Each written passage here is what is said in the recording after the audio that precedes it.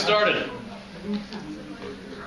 Today we are going to be talking about watching and judging debates, how to do it, why you should do it, and what you can really get from it. And this is in anticipation of the debate that we're going to be having this afternoon.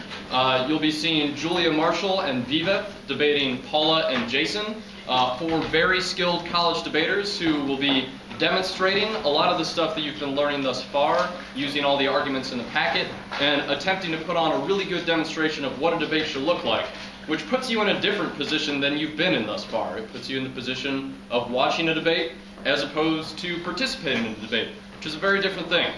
We talk a lot at camp about how to debate. We have you give speeches. We talk about you need a claim, you need a warrant, you need data. We talk about the parts of disads, etc. But how to watch and judge debates is something that's not ever taught at camp. In fact, it's something that's not ever taught at all. We don't ever learn how to judge debates. I never had a course where I was told how to judge a debate. People finish their debate career, they show up, they start judging. And that's sort of, I think, a flaw in the way we teach people how to be participants or citizens of the debate community, because judging is never taught. There's no apprenticeship programs, there's no judging camp, there's no real rules to how you can judge. You just show up one day and you're handed a ballot and you're expected to know what to do with it. Hopefully this lecture will help fill in what you ought to do with it if you're presented or confronted with that situation, and also the way you should just watch debates even if you're not judging. There are two parts of this lecture. The first is why to watch and judge debates, and the second is how to watch and judge debates. Let's start with why to watch and judge debates. I have two purposes for this part of the lecture. The first is to hopefully persuade you to watch more debates. It used to be kind of hard to watch debates outside of debate tournaments. The only way you could do it is someone might have a grainy old VHS tape of a debate that they recorded with a giant video camera that you found in the back closet of your debate office and then plug in and are able to watch, some debate from 1996 where the sound is really bad and you can't really understand anything. It's different now. It is really easy to videotape and record debates, and most college debate teams will have a rack of cameras that they can just record debates with. There are now multiple websites and platforms on which debates are online. If you just search for debate videos, there are some on YouTube. There are some on a variety of different blogs. People are posting videos now, and people are sharing videos via things like Dropbox and other methods. So there's a nearly limitless supply of debate videos that you can watch. And if you want those videos, you can seek them out. You can ask someone like me, or Jason has a huge library of them, and you can get those for yourself and begin watching them. So given this unprecedented access, it's important to think about why you should watch the debates, not only because hopefully you will, but once you know why you ought to watch debates, you might also know what you can hope to learn from watching a debate. Once you know the reasons why it's a good idea to do it, hopefully you'll get more out of it. A few reasons why I think it's good to watch debates. The first is that watching debates is key to visualizing. It's key to visualization of debates and debate arguments. What is visualizing, or what is visualization? It's defined as the practice of seeking to affect the outer world by changing our thoughts and expectations. The practice of seeking to affect the outer world by changing our thoughts and expectations. Watching debates enables you to basically do this by inserting yourself in a debater's shoes. Thinking, as you're watching a debate, during prep time for the 2NC, what would my strategy be? What arguments would I go for? During prep time for the 2NR, what is my end game here? After a debate, you can pause it, or even during a debate, you can think, what is a better way to phrase that argument? What would be some good cross-examination questions? How would I think through this debate were I involved in it? That putting yourself in the debater's shoes and kind of visualizing what you would do in those situations is an incredibly important thing to do, an incredibly educational thing to do as well. Visualizing, we sort of knew heuristically that it was a good method of learning. We could kind of say, well, yeah, if you think about something and if you put yourself into someone's shoes and act like you're doing it, then sure, you'll know more about how to do that thing. But now there's more and more data that this is actually essential to your training and thinking about things, as much so as actually doing debating would be thinking about debating, visualizing debating. A few examples or a few things that prove that this is true and why visualization is important and effective. Phil Jackson, the NBA coach who's won 11 championships, more championships than any other coach, I don't think it's a coincidence that he is one of the only coaches in major competitive sports who mandates visualization as part of every practice. They'll have times when they don't even go out on the basketball court. They'll just sit around and think about basketball. What would you do in this situation? Think through it in your mind. Visualize yourself hitting the three-pointer. Visualize yourself hitting the free throw. Visualize yourself giving a great 2-hour overview. Think about yourself doing what that great debater did. It helps those people win.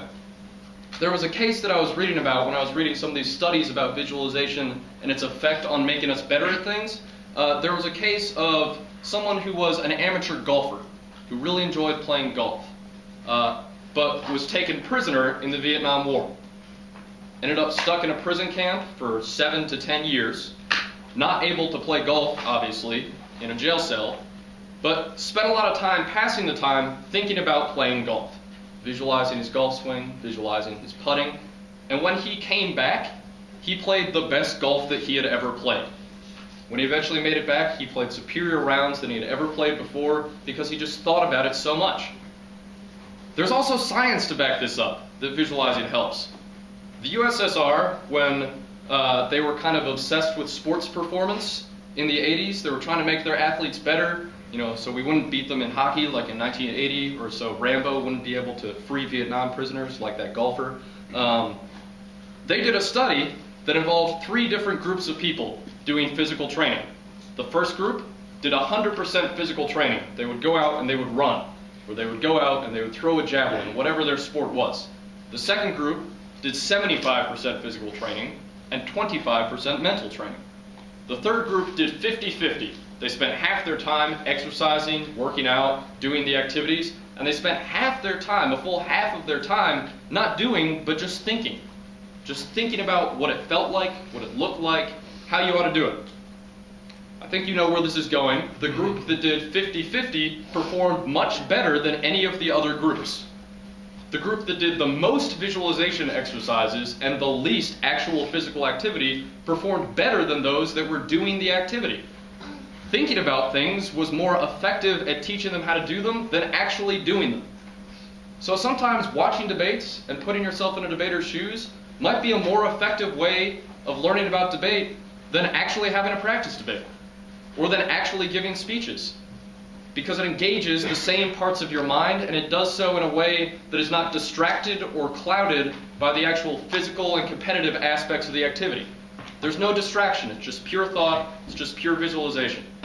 This has also been proven now by functional MRI studies, when they can basically monitor someone's brain to determine what parts of the brain are firing and activating at given times.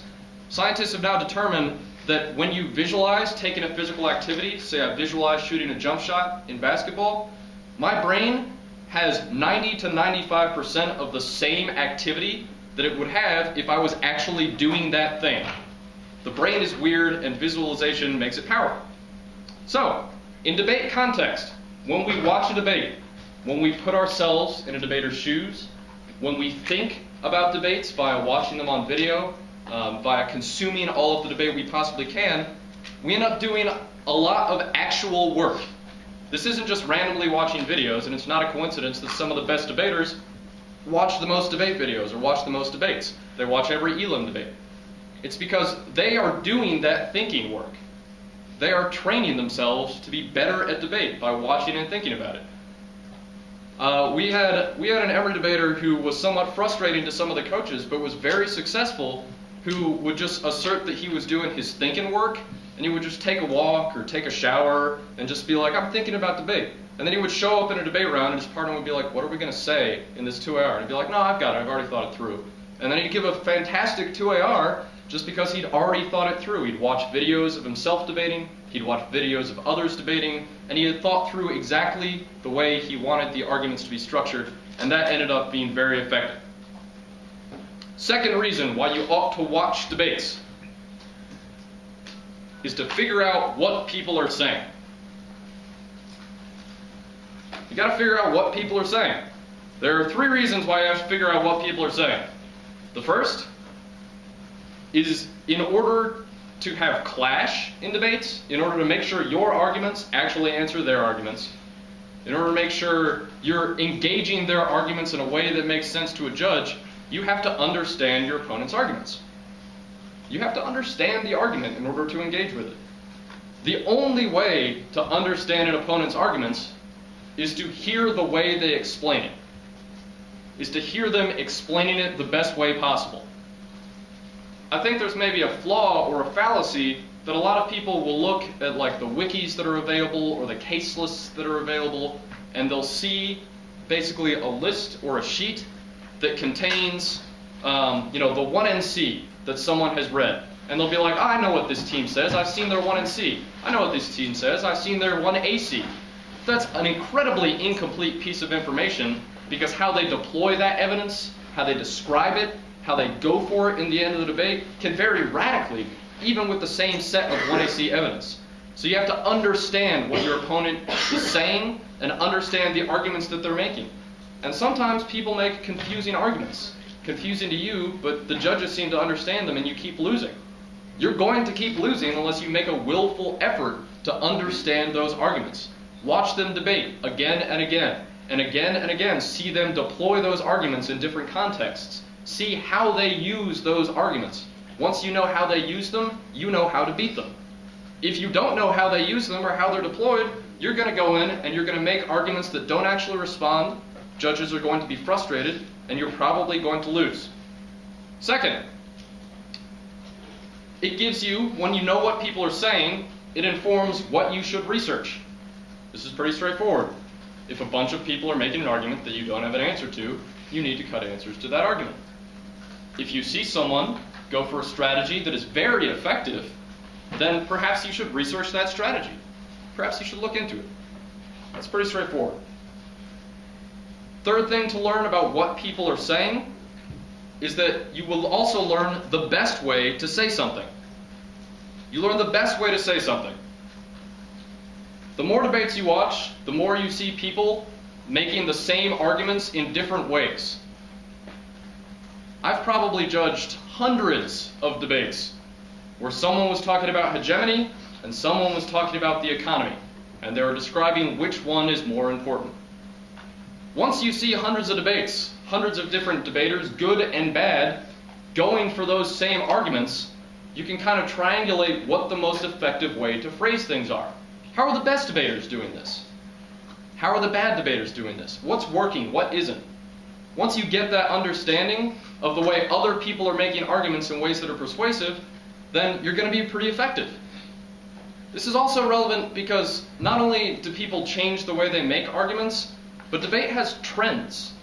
We might want to think it's like a neutral intellectual activity where we can just use logic, but debate has trends, just like anything else. Certain arguments are popular at some times and unpopular at others. And you need to figure out what judges are liking, what judges are listening to. It's no different than like fashion or style. Wear a skinny tie right now. That's okay right now. Wear this in the 80s, I would get laughed at. Wear this in the 60s, cool again. Wear this in the 30s, I would get laughed at. There are styles and trends, and that exists in debate too. The agent specification argument, really hot in the late 80s, not really a winner in the 90s. Really hot in the early 2000s, not really a winner right now. You have to understand what people are going for and what people are winning on to understand what the community is kind of into at a given time. There are trends, there are arguments. If a good debater keeps going for something and sounding really good on it, judges will like it more. And you can ride those coattails by judges liking that argument and liking the way other people explain it. If you know that, then you can get ahead and you can do well. Third reason to watch and judge debates is to develop judge-o-vision. Judge-o-vision, which is a word I made up. What I mean by judge-o-vision is if you watch and judge debates while you're still an active debater, you can learn how judges think about debates. You can learn how judges think about debates, which is fundamentally different than how debaters think about debates. Judges have a different perspective than you.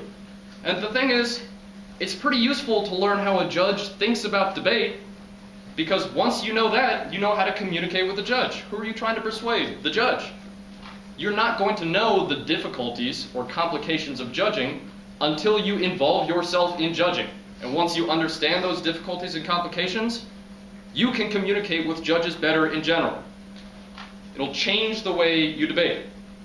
I think one good example of this, there was once a pretty mediocre college debater.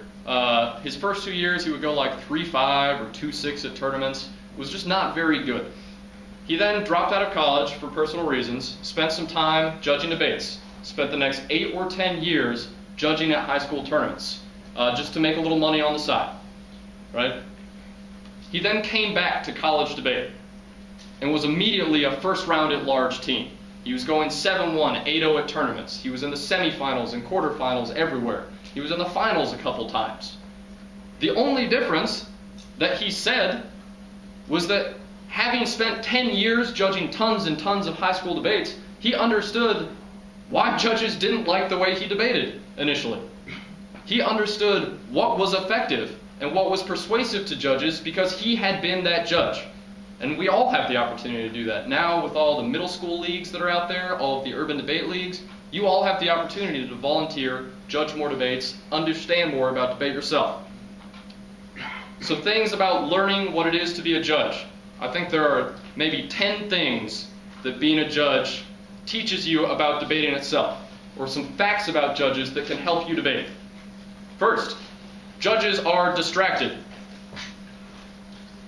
Judges are not just there to judge debates, they're often there to chaperone. They are liable for your life. They have to make sure you're in the right place. They have to make sure they have the rental car. They have to make sure they have the shuttle to the airport. They have to make sure a dozen people get fed on 2 different campuses. They have that one kid whose mom keeps calling and asking questions. Did Billy eat his breakfast? Was it a balanced breakfast? Did it have 2 servings of fruit? Was it healthy by the food pyramid? Is he wearing pants right now? You get these calls over and over, and you are distracted by that. That is consuming. And that is really hard to focus on all of those things of managing a large group of people and also hyper-focus on 90 minutes worth of a debate. That is very difficult to do. There are also sometimes, elements of life that intervene for a judge. Sometimes someone is a huge sports fan and there's a game going on that is highly relevant to them. This happened to an Emory team at the NDT when we had a judge who was a huge Kansas basketball fan, and we knew this. Kansas was playing in the NCAA championship. We knew that too. It was a close overtime game. That was sort of a problem. So he was obviously following along with the game as he was following the debate, and we informed our debaters. We were just like, in the 2AR, no matter what has happened, just sound a lot like you're winning, because the judge will probably have been distracted the entire time caring a lot about basketball. You shouldn't do that while you judge, but it's a reality. Judges are distracted. So, that can teach you as a debater to try to hold a judge's focus, to try to make your speeches, make your arguments a little more interesting for a judge. Maybe try to be funny. Maybe try to be persuasive. Worry about engaging a judge because judges are distracted. Second factor about judging that you will learn. Judges are tired. Judges are very tired. All of those distractions add up. You end up spending so much time dealing with all that stuff that it can be exhausting. The judge has to wake up before all the debaters do.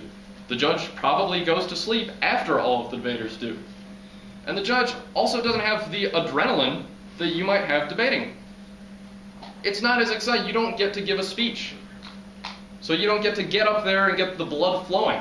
You're just expected to sit and pay attention. Worse, you have to pay attention during every speech. You have to give equal attention for every second of the debate, whereas a debater, you're giving 13 minutes total of speeches. You have to pay attention to the rest, sure, but you're hyper-focused for 13 minutes. A judge does not have that luxury. They have to spend the entirety of that time. And not only are they tired from dealing with their team and with you, but sometimes tournaments are their only opportunities to see old friends who they haven't seen in ages. People in the debate community know one another. You might only see some good friends of yours at debate tournaments, and so you might want to spend some time with them. So judges are very tired, and they're probably more tired than you are. Next factor about judging that you will learn if you judge and watch debates, and you will learn today. Judges miss arguments and botch decisions. Judges miss arguments and botch decisions. There's this fallacy that people go into debates and they expect the judge to be just a robot computer of decision making. They expect the judge to be like, I will flow all the arguments, I will evaluate the arguments in absolute fairness. It's like, no, that's not how it works. A judge is distracted for 2 seconds, they don't flow an argument. A judge misses an argument on the flow after a debate or doesn't call for a card, they might decide the debate incorrectly. This is not a mistake that judges make. This is a reality of the human attention span. There's no circumventing this. Judges will miss your arguments. Judges will mess up decisions. The question is, how should you react to that? As a judge, I've certainly missed arguments. I've certainly messed up decisions. Any judge who says otherwise is lying. It happens a lot. So, once you're a judge and you understand that, it's useful to you because you understand that as a debater, you shouldn't punish judges for missing those arguments or botching decisions. A good judge will be honest about that. They'll say, yeah, I just missed that. I just didn't get that. Sorry. That also means you should, make sure your important arguments are flagged and highlighted because arguments get missed and decisions get messed up. This is also a reason why it's not really useful to yell at judges. Judges know when they messed up, and you don't need to break their spirit about it. And so, being aware that judges miss arguments might help you emphasize arguments a little better. Next factor about judging. Judges are educators, and they want debaters to get better. They are educators who want debaters to get better. The people who are judging you are people who have chosen as their vocation or as their passion to hang out at debate tournaments and talk about debate with people.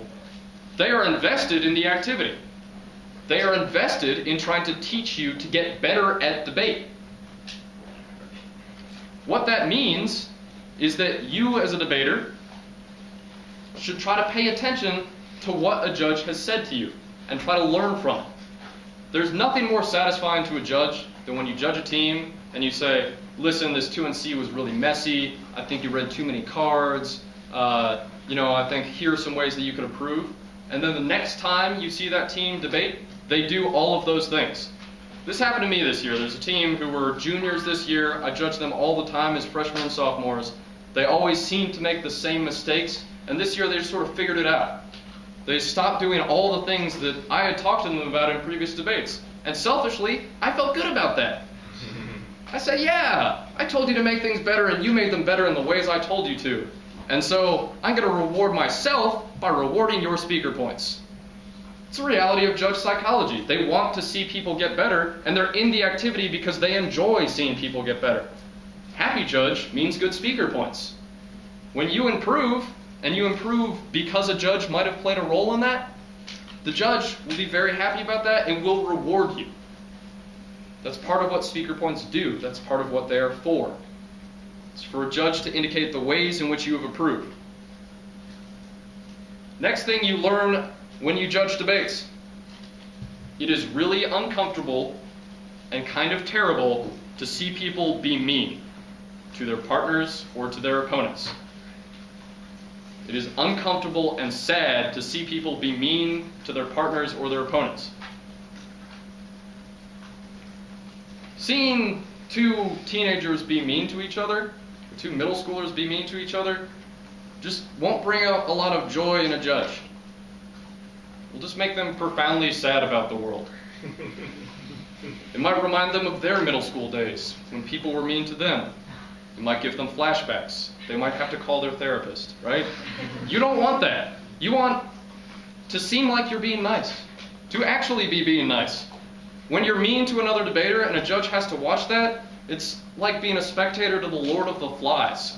It's just a human tragedy. It's just like, why can't you just be nice to one another? And people's speaker points get punished for that. Judges, because they tend to be a little bit older, know that, adolescents aren't perfect. People are growing, people are changing. And so when someone is brutally mean to their partner because their partner didn't extend the argument in the right way, that's childish. Judges know that's childish. Judges don't like to see that. Be nice to your opponents and be nice to your partner. And when you're a judge, you'll realize that.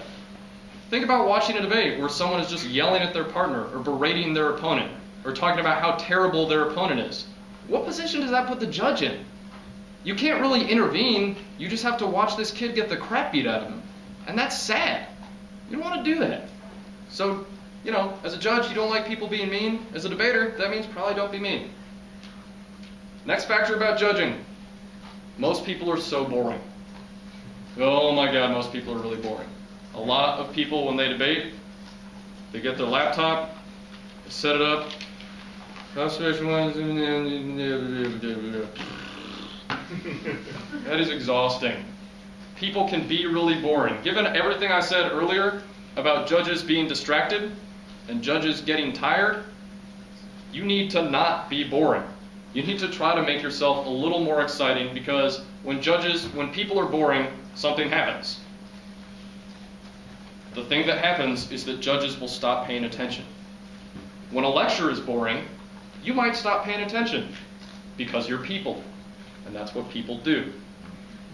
When a debater is boring, turns out judges are people too. So they will pay less attention, and then you might get a decision that you're dissatisfied with. You might say, oh, you missed these arguments. Well, maybe they missed those arguments because you didn't command their attention. You didn't make your speech interesting enough to make it worth their while to pay attention. They'll watch 150 debates over the course of a year. Why should they invest all of their energy listening to you? This isn't a pretty reality. It's a human reality. It's a sad reality, but it's a human reality. Judges aren't computers. They are not robots. They are not perfect. They are subjects to whimsy and flights of attention and flights of fancy, and don't necessarily want to invest total concentration in a debate that is boring. Try to make your arguments a little more exciting. Try to be personable. Try to be emotive as you speak. If you're funny, tell jokes. If you're not funny, do not tell jokes. So try to make yourself a little more exciting. Next thing about judging that you will learn as you judge debates. Nothing is happier than a clean, clear debate. Nothing in the world is happier than a clean, clear debate. What do I mean by a clean, clear debate? A debate in which you can flow everything. A debate in which you understand every warrant to every argument. A debate in which people condense and consolidate down to just a few arguments and explain why they matter. Making the debate smaller and simpler at the end. Judges love those debates. And it's not just because those debates are easier to judge, because sometimes they're still hard. If both teams are really good, then that debate can still be hard to evaluate, but at least it's hard to evaluate for a good reason. It's hard to evaluate because both sides have condensed down, they've made good arguments, they said why those arguments matter. Those hard debates are fun. There's nothing more fun for me than judging a debate between two really good teams that is clean, it is clear, both sides are on their game, and then, those debates are almost easier to decide because the arguments are really laid out in front of you. You really understand what is going on. The debates that are miserable and the debates that are hard to decide are the ones where debaters don't consolidate anything. They just go for everything. I'm going to extend all of my arguments. I'm going to just read all of these cards. I'm not going to be clear because I don't care. You're going to read the cards after the debate. I don't want to read the cards after the debate. I want you to tell me what they say. I want to vote based off the things you said, not based off reading that I have to do afterwards. The more of the debate you leave to the judge to resolve, one, the more arbitrary decision the judge feels like they're making. I feel like, honestly, it's much harder to judge most middle school debates and make a good decision than it is to judge most elimination rounds in major college national tournaments. Because the elimination rounds of major college national tournaments, people make arguments that respond to each other's arguments, and it's very clear. In the middle school debates, people often just we have an argument, and the other team will be like, we also have an argument.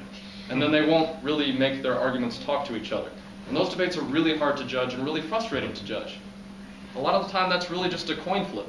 And if you judge debates, whether you're judging in a middle school league or watching debates and thinking, how would I vote in this debate? You'll find yourself in a situation where you could say, I could vote for either team. I could justify voting for either team. I don't really know which team I should vote for. And then you might just vote for who you like more. That will happen to you as a judge. And that's very frustrating. You don't want to be in that situation because it's hard. So speed, not that impressive to judges. Clarity, very impressive to judges. An evidence storm, not that impressive to judges. Well-used, well-explained evidence, very impressive to judges. Next thing to know that you'll learn as you're judging. Most judges are spoiling for a fight. Judges are spoiling for a fight. Sometimes debaters think, I gotta argue with this judge. A lot of judges are like, man, my debate career is over. I haven't got an opportunity to do this for a while. Here comes the pain train, right? They're interested in educating, but if you are aggressive toward them, they will happily take you down. They will happily go to work and go back into debate mode. And so it's not really effective to yell at a judge after the debate. I've been yelled at after a few debates, and I find that those people don't get anything out of my reasons for decisions. If they're dissatisfied with my decision and they yell at me, then that's kind of their problem. I'll explain it to them, and that's too bad. If they're dissatisfied with my decision and say, I thought I made this, and this argument, maybe I didn't explain it well enough, how could I do it better in the future? Then I'm like, putting on my educator hat. That's where I want to be. I will teach you how to make this argument better in the future, and you will be a more effective debater because of it. If a debater just tries to argue, that's kind of offensive as a judge. It's like, you tried hard to judge this debate. You don't need to hear someone yelling at you. And so, as a judge, you don't necessarily want somebody to be yelling at you, and you want to be able to explain and help people learn. That goes back to the judges or educators points. Last point about learning to be a judge or judge-o-vision is that nothing is worse than someone who doesn't care. Nothing is worse as a judge than someone who just obviously doesn't care. Someone who's just mailing it in, not trying, etc. Judges have chosen to do this with their lives. They have gone to grad school for this. They have spent a decade in the debate activity sometimes, more. 2 decades, 3 decades. Melissa's case, a billion decades. They spent a long time doing this, and if you get up there and you're just clowning around, you're being disrespectful not just to the activity, but to them, to the choices they've made in their life. You are telling them that which you care about is not important to me and it's not worthy of my effort. There's nothing worse as a judge than that. That will dock your speaker points very quickly. So, these are kind of 10 factors that contribute to judge-o-vision. I kind of went through them in this way to, hopefully indicate the ways in which judging can change the way you think about debate, but also hopefully to indicate the ways that even if you don't have an opportunity to judge, you should try to think like a judge as you watch debates. You'll certainly have an opportunity to think like a judge this afternoon. Look through this list and think about these things and think about the things that make you happy and sad as you're judging the debate. You'll find many of these things to be true. And the more you enable yourself to communicate with the judge, the happier you're going to be. 4th reason why you should judge and watch debates is service to the community. Service to the community. The community only exists, we can only have debates, if there are judges to judge the debates. Debaters will only get better if there are judges who are invested in teaching those debaters to get better. There are some people who stay in debate for their entire life. There are many people who debate for a little while and then judge for a little while and then move on. It's that cycle of giving back to the community that enables this community to exist, that enables this educational activity to exist. If you're here, presumably it's because you think debate is interesting and debate is educational. The activity only exists because of people who are willing to judge. Service also means that for things like urban debate league tournaments and middle school tournaments that are very reliant on volunteer, unpaid judging, that you are giving the opportunity or the gift of the education of debate to people who otherwise might not get it. Debate is a pretty privileged activity. Not everybody has the opportunity to come to a camp or to travel or to get access to those lab leaders and educators who will teach them the most about debate. So when you go to a tournament and you help some people who might not have coaching, who might not have the opportunity to come to a camp, you are doing a service to the community and you are sharing the education that you perhaps find valuable. Fifth reason why you should judge and watch debates. Getting that paper. You get paid to judge debates. You can get $20, $30 a round to judge debates. I judge so many debates, I'm going to leave here in my Maserati, I'm going to go to my hot air balloon, I'm going to ride my hot air balloon to my house, my servant Giorgio is going to feed me grapes. No, that's not going to happen because you don't get that much money, but you get some money, which is nice. If you're a college student and you become good at judging debate, you become a highly preferred judge, people will fly you places to judge debates. They'll be like, hey, you want to come to California and judge for the tournament? And it's like, sure, I do. They'll fly you to a different state and pay you $300 to hang out and watch some debates. That's not a bad life. So becoming good at debate is something that can help you have a little money on the side, always have an available job, and that judging is nice.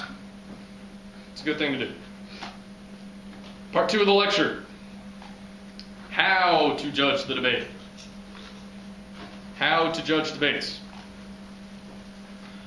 Again, this isn't something the community teaches people. This is something people are kind of expected to learn on their own. And a lot of people have different philosophies on judging, which is why we have books of judge philosophies. There's no here's the handbook on how to judge. Here's a book of the way individuals judge. But I think these are some good general rules that can help you be a better judge. First, pay attention. Pay attention. There is nothing worse than judges who do not pay attention. And I think the only time debaters have a real right to be mad at judges is when judges don't pay attention. My high school debate coach, Eric Emerson, would always say to me, there's no such thing as a bad judge, there's only bad judge adaptation. All judges are different, it's just a question of how you learn to communicate with them.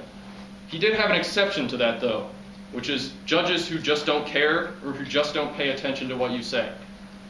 Debaters show up, they try, they're invested in the activity, it's scary for them to speak sometimes, it's nerve-wracking, it's really hard to do. This might be their first tournament, this might be their first elimination round, this round might mean a lot to them, it might be a break round, it might be a round for them to go 2-2 instead of 1-3 for the first time ever, and if you don't pay attention, you are being unbelievably rude to them. Unbelievably rude. What I mean by pay attention, no Facebook, no GChat, no flash games. Shame. No flash games. No flash games. As a judge, all of those things are rude. When I judge, I shut my computer, I turn off my phone, I have a sheet of paper and a timer and some things to write with, and that's it. I try to invest myself in the debate and the debaters because they are investing themselves in talking to me, and I think that's a fair exchange. Pay attention. Second thing as a judge, of how to judge. Be nice. Be nice. It's true as debaters to be nice. It's especially true as a judge to be nice. It's your job to educate people, not tell them why they're terrible. If you need to tell teenagers why they're terrible to get your jollies, you're probably a bad person. Be nice to debaters. Try to help them learn. Try to help them grow. I have very fond memories of judges who were really nice to me in the activity, and that kind of sticks out. My second debate tournament ever, my coach tricked me and put me in varsity instead of novice. I was just like, where are we on the novice pairings? He was like, about that. You're in varsity, congratulations. I was like, no! I was terrified. Our first debate at that tournament, at my first ever varsity tournament, second tournament ever, I had no idea what I was doing. We debated the team that won the Texas State Championship that year. And they put the hurting of the century on us. They just beat us in every way possible to where our flows caught on fire. We were just incinerated in this debate. It was brutal. They were nice during the debate, and the judge was incredibly nice during the debate because the judge had an understanding some people are better than other people at debate. That doesn't mean you should berate the people who aren't as good as the others. It means you should talk to them and try to help them become better. The same is true for you as a judge, and your tone is really relevant here. If your tone is cruel, if your tone is mean, debaters will remember that. I have a converse memory of some judges who were mean to me in my last debate ever. After 9 years in the activity, we had one judge who was just like, you just weren't very good in this debate. It was like these cards were kind of bad, and I didn't really like it. I hate that guy. That guy is terrible. He posted on Facebook recently that his car broke down, and I was happy. I was like, oh, your car broke down. Maybe that's related to me chanting things in Creole and crushing micro machines while holding up your picture. Take that. In Creole? So be nice. You don't gain anything by being mean except for your own jollies, and it's not really about you, right? It's about the debaters learning to be better. Third thing about how to judge. There is no such thing as being tabula rasa. There is no such thing as being tabula rasa. Tabula rasa is a term that is more of an old school term for judges. Judges would come and be like, yeah, I'm tab. I'm cool with whatever. I'm a blank slate. Literally means red table. I don't know why that term came to mean like blank slate or, basically like open vessel. But that's sort of what it came to mean. I don't know the history of that. Maybe somebody else can fill that in. But there's no such thing as a judge who is truly neutral. Think about Turner's K lecture yesterday. We're all integrated in certain discourses. We all come up in certain cultures. We all think about the world in different ways. This is true not only with, the national culture we come up in, but also the debate culture we come up in. Different schools have different philosophies on debate that will raise their debaters to believe different things. I, as an Emory debater, probably think substantially different things about debate than someone who is a Michigan State debater. Substantially different things about debate. So saying that I am neutral and that everything is fine with me is just a lie. Every judge likes some things better than other things. And if you're a judge, you should be honest about that. If you're not going to vote on a criticism, first of all, you should, maybe reevaluate, try to become more flexible. That'll be coming as we go later on the list. But you should also make sure to include in your judge philosophy the things you don't like, the things you do like. Debate is a communication activity. It's about debaters communicating with a judge and communicating with each other. Communication is not a one-sided thing. It takes two to speak, one to speak and one to listen. I think it was Thoreau who said that. Might be on the back of a BF shirt somewhere. Somebody's wearing one of those. Right? Two to speak truth, one to speak and one to listen. So if it's a communication activity, that means you have to know who your audience is. Your audience affects the speech you give. You notice politicians, they don't give the same stump speech in two different places. Who was paying attention to the presidential election this year? Right? When Mitt Romney got to Michigan, he was just like, I love the way Michigan's trees are. The nicest trees in the country. And the lakes, oh, the lakes. If he went to Florida and started talking about Michigan's trees and lakes, that would be dumb. If you, as a debater, talk to one judge the way you might want to talk to another judge, that's equally as unintelligent. You need to communicate with judges on their own terms, and you, as a judge, need to be honest about the fact that you are not neutral. Fourth thing about how to judge. That said, try to check your baggage. Try to check your baggage as a judge. It's not about you. There's some judges who, try to assert their worldview of debate on people. Try to be like, you will debate this particular way because this is the way that I think is right. That's not very cool as a judge. Because ultimately, one of the things that makes debate awesome is that it allows creativity. It allows different people with different argument styles to debate in different ways and still be effective. That's really cool. So if you as a judge are asserting your particular blindered worldview of debate onto people, you're doing disservice to those people, and you're also becoming a worse judge. If you become stuck in your ways, or you think about things only one way as opposed to allowing a diversity of thought, then you're not going to be as good a judge. There was a study done, a 25-year longitudinal study by this fellow named, I think his name William Tetlock, something Tetlock. Some of his cards come up in debate.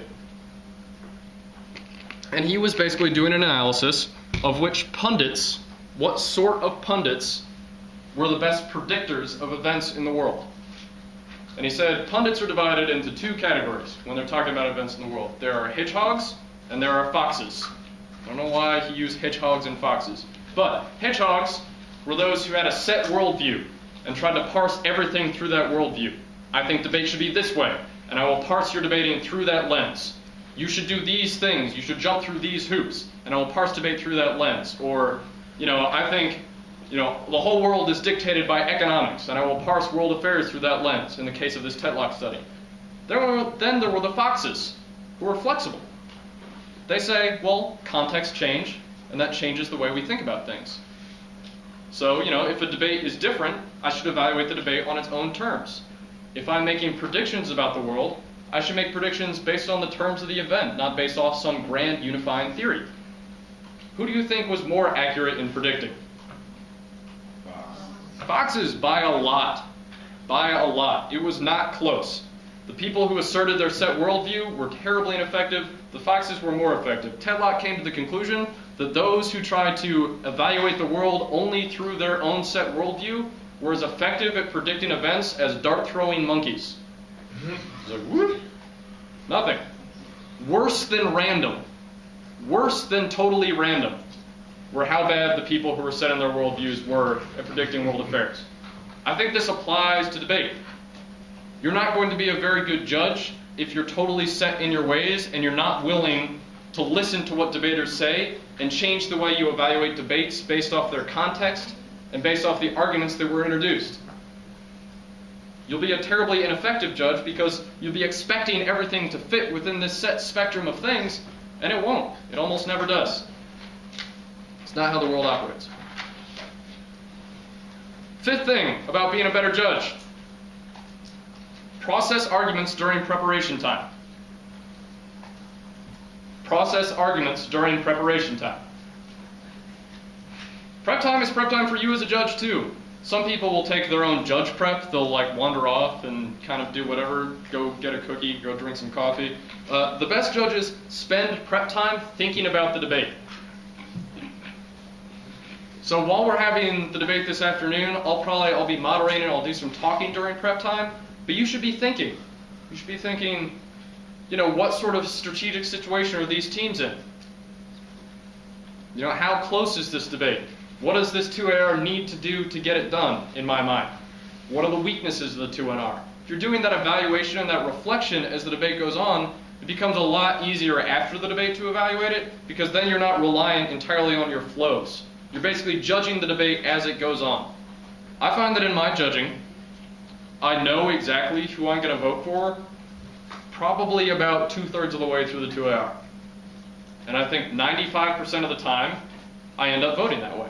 Sometimes I might read evidence or reconsider something, but most of the time, if you process as you go along, that initial feeling is probably right. But, that's not to allow yourself to get persuaded entirely by the 2AR, which will probably happen during these debates. It tends to happen during public debates or demonstration debates where whoever speaks last wins. It's a problem with public debates, so, having some balance. Thinking, during the prep time for the 2AR, the 2NR made these arguments. What does the 2AR have to do to be sufficient to win? If you think like that, you're going to be a more fair judge. Sixth thing about how to judge debate. Be willing to be judgmental about arguments. Be willing to be judgmental about arguments. I mean a very specific thing by this. Some judges are afraid. Some judges are afraid that if a debater has said something, then they have to evaluate it, even if they don't understand that thing, even if a debater doesn't warrant it. Because there's this moment of fear for all judges where a debater says, well, what about this argument that I made? And it's terrifying as a judge to say the simple words, "I didn't get it." But the best judges are the ones who are willing to say, "I didn't get it.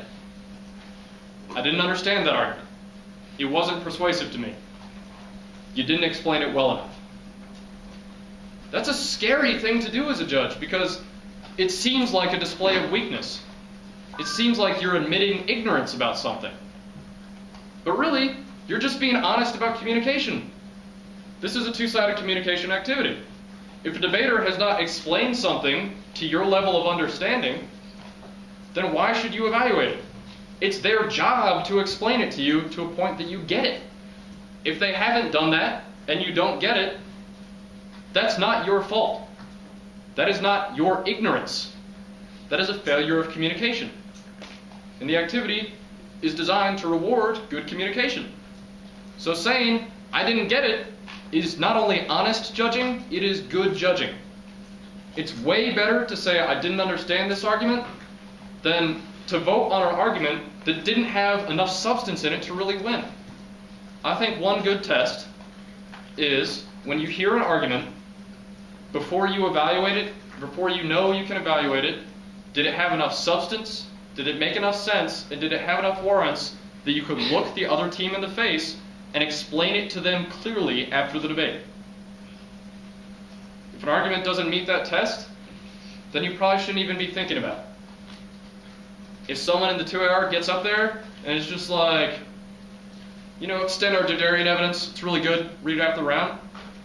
They don't say anything more about it. They expect you to read a 4-page card and make a bunch of arguments based off that. And afterwards they're like, "You didn't read my Derderian evidence." That's not your fault.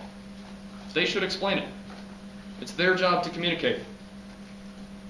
Have them communicate. Overcome your fear. 7th factor that can make you a good judge. Let yourself be persuaded. Let yourself be persuaded. Debate is a persuasive speaking activity. It's a persuasive public speaking activity. If you as a judge are trying too hard to be in judge robot mode, you're doing a disservice to debaters, because those debaters are making attempts to persuade you. If someone makes a really emphatic, persuasive speech, sure, you should think about the logical arguments, but that should also matter. That's part of the activity. So overbalancing against, he just sounded really good. She just sounded really good. She wasn't actually good. Let that influence you a little bit. Not all the way, but let it influence you a little bit. A lot of judging is feel. You can't really say, there's not a mathematical formula for, "I preferred argument X to argument Y" a lot of the time. Sometimes it's just like, I was feeling that argument a little bit more. It sounded better to me. I understood it better. I felt better about it. It's really the honest thing that a good judge can say.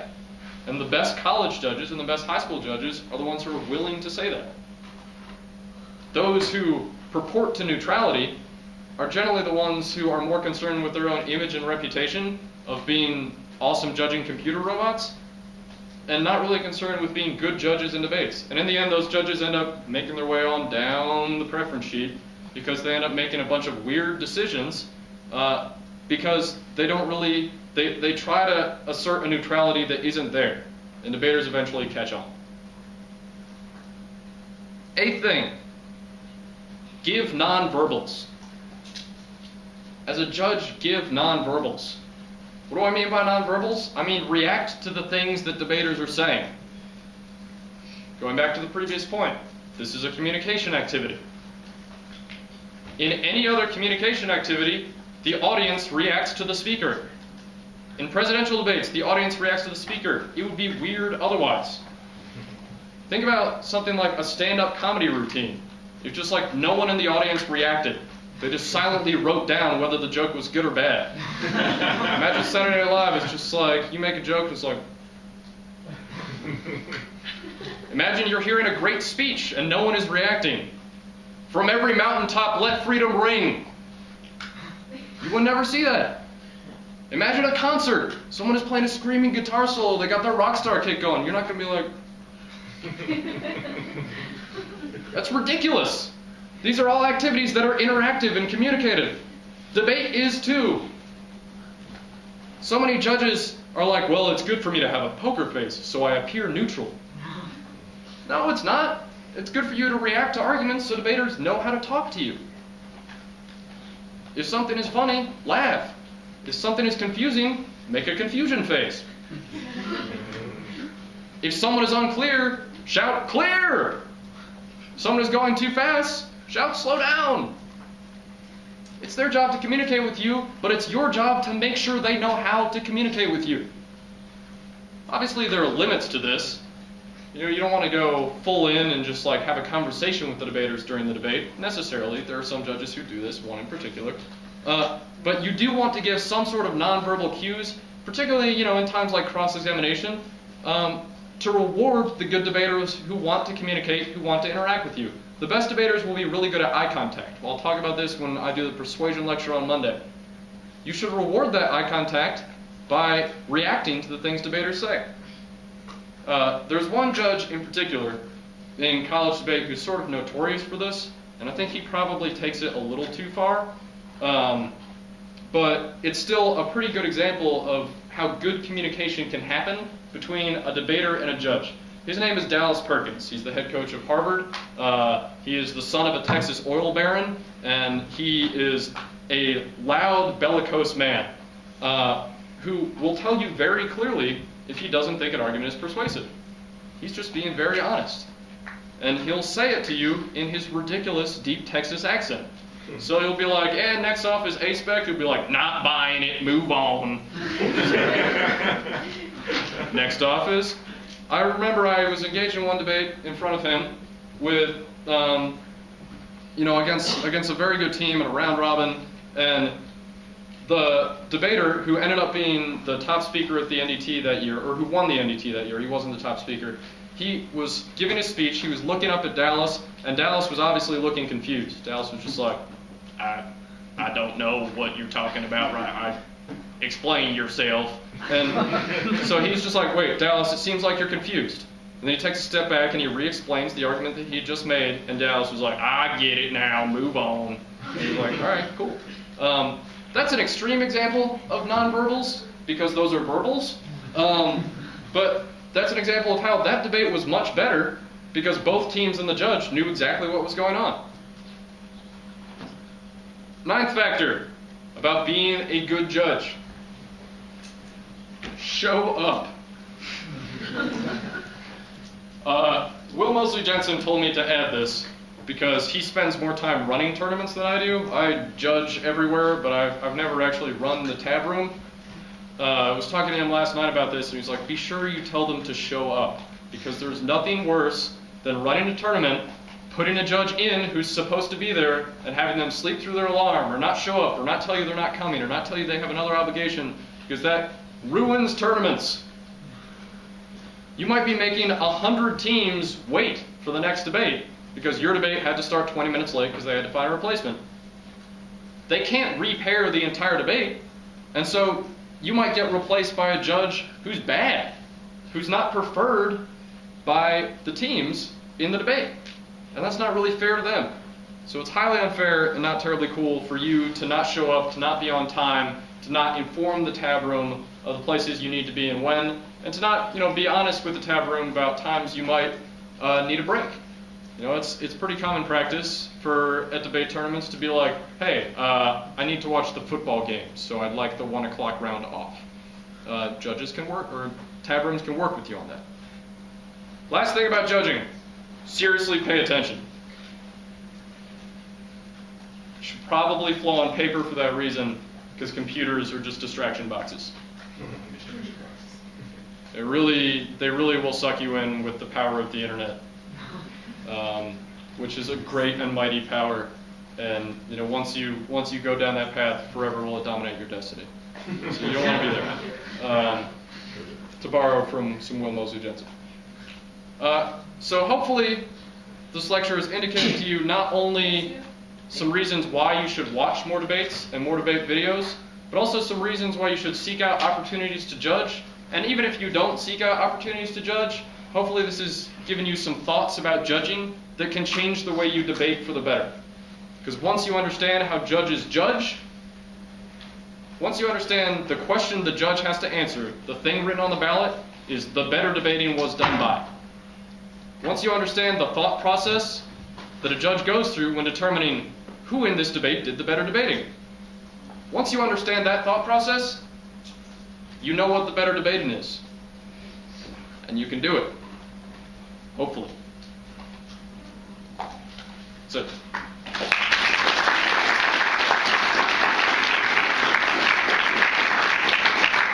Somebody have any questions about judging or judgment? Cool. We will be back here at 1 o'clock. Everyone needs to bring flow paper. You don't even need a computer. We're just going to be flowing. There will be a high quality debate about the issues in the packet. Be ready to flow, be ready to think, and be ready to visualize like you're a judge or like you're in the debater's shoes. Cool. See y'all then.